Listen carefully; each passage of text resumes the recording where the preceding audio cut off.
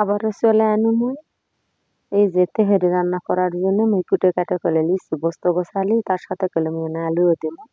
আসসালামু আলাইকুম এভরিওয়ান, কেমন আছেন? রুমা কিচেনে সবাইকে স্বাগতম। অন্য জাতির জন্য আদাব।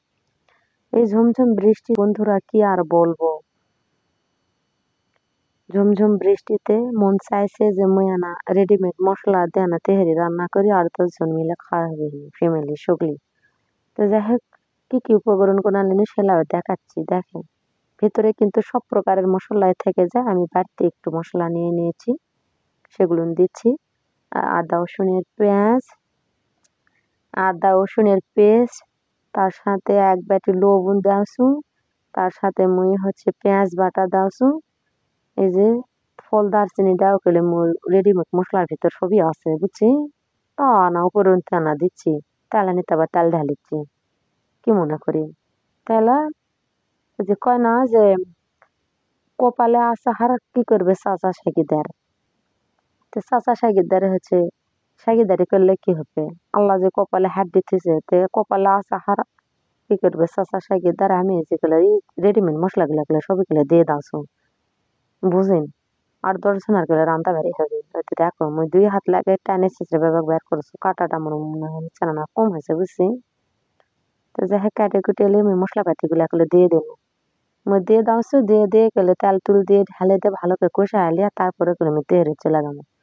তাছাড়া দেখতে থাকেন বন্ধুরা, দেখেন কত ভালো লাগে দেখছি। তো যাই হোক মুই সবকিছু দিয়া মুছে মাছে লিয়া ফাইন করে দই দিয়ে কিন্তু লারে টারে ভালো করে কষে কাশে নিয়ে তারপর চালটা মুই ভেজেলে দেবো। তো পরের ধাপরে কম হয়ে এখন ভালো করে দেখি কত ভালো লাগে। আমি কষে জীবনে এটা ভালোই লাগবে না। ও মানতে কি আলু কি সুন্দর ভালো হাস আর তেহরি আলু দিলে না দিলে সৎ লাগে না বুঝছি। তেহরি রান্না করবো তো ডাল আলু রান্না দেবো না, তেহরি রান্না করলে আরো টেস্টি হবে না দ্বিগুণ। তো গন্ধ তো চারিদিকে মুমু করেছে, দেখাইবেন যাচ্ছে কেবেন আবার আসে ভাগ বসায়। মাংসটা পারফেক্ট হয়েছে বুঝছি।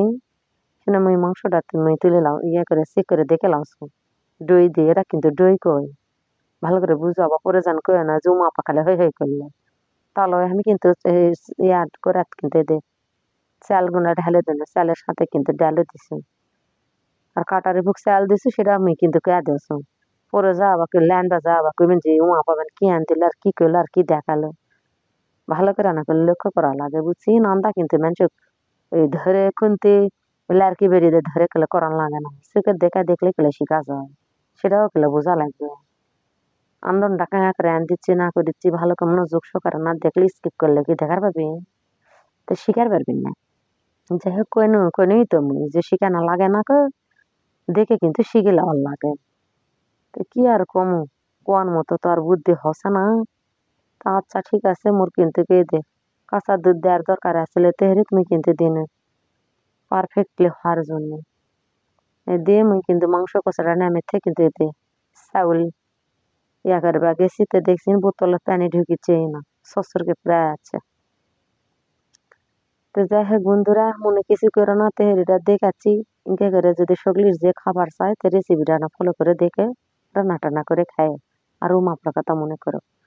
মোর কিন্তু আগের ধাপে চালটা ভাজা লিয়া হাসছিল, মুই কিন্তু চালটা নামিতেছি অফ ক্যামেরায়। তারপরে কিন্তু মেয়ে আবার এতে গরম বলক তোলা পানিত কিন্তু আবার সব কিন্তু মেয়েলা ঢালে ঢালে দিচ্ছ।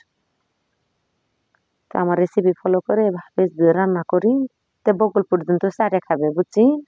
কেবে না খাওয়া দাওয়া আল্লাহ কও না, খাওয়া দাওয়া হচ্ছে আমদানি কাল্লা চাটে খাও, তো তাই হবে। মোর কিন্তু আনতে বাড়ি হয়ে গেছে এই যে, যদি মনে হয় পানির পরিমাণ একটু বেশি হয়ে গেছে কি কম হয়েছে ফুট পারলয়, বেশি হলে পানি না আসতে থইবি না, আর যদি বেশি না হয়ে থাকে কম হয় ফুটতে যদি ঝালা যন্ত্রণা হয় এটা মনে যেতে হয় সেও শাশুড়ি গাল খাওয়া না চাইয়া তালাটা কাজ করো নামে চুলার উপর ঢাকা থিও, জল দেওয়ার প্রয়োজন হবে না, ফুটে গেলে আবার তুলে দে,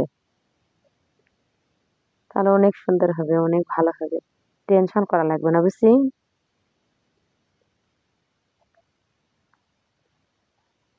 কত সুন্দর ঝরঝরে আছে দেখছি তেহেরি কোনা দেখে মন খালি খাবার ইচ্ছা হচ্ছে গন্ধে তো চারিদিক মোমো করছে আর ওই তো রেডিমেড মশলার সাথে এলা মশলা গুলা দিছি।